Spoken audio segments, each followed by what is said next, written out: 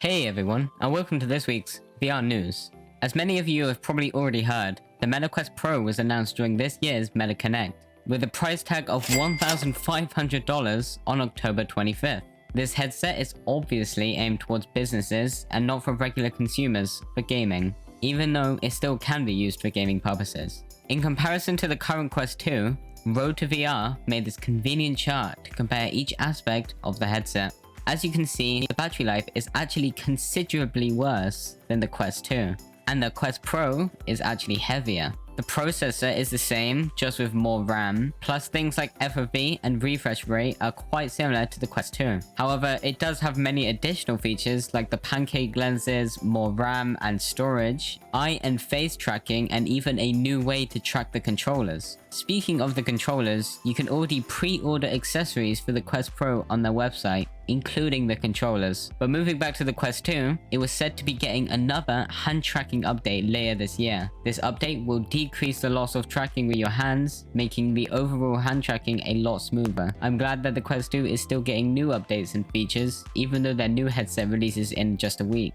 I know some companies that just completely forget about any of their products that isn't the latest. Which leads us on to our next piece of news, the Apple headset. News site The Information reported that the new Apple headset will include 14 cameras on it. For reference, the Quest 2 only uses 4 cameras for tracking everything it uses. 2 of these cameras will actually be used for leg tracking. That's right, it has 2 whole cameras on the headset just for looking at your legs. Having all these cameras would definitely make the tracking far more smoother than any other headset. However, it also means there's more ways that it could be broken. Apparently, it will also include iris scanning, which will function similarly to the iPhone Face ID, being used to unlock the device and for authentication. Now onto the games, we start with Iron Man VR, the PlayStation VR exclusive, which is no longer exclusive. This is because Meta just up and bought the company that made the game, so it can now be released on the Quest 2. Now the reason that they're probably doing this is to compete with rival headsets. Iron Man VR was one of PSVR's best games. They even sold it in a bundle with the headset. They may have even ported it to the PSVR 2, but with Meta buying it, this will now likely never happen.